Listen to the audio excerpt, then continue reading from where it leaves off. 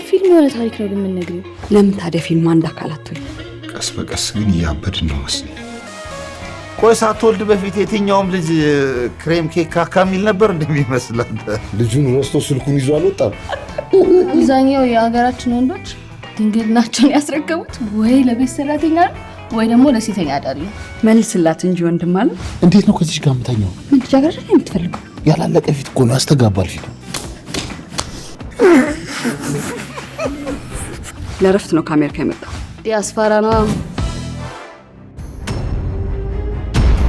እንዳትጠጋኝ፣ ከተጠጋኝ ዘላለሁ። ካልተጠጋውስ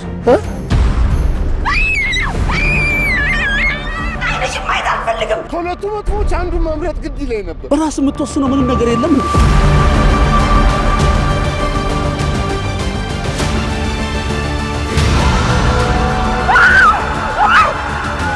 እንዳለቀ መኖር አለብን። እንዳለቀ መኖር ፈልጋለሁ።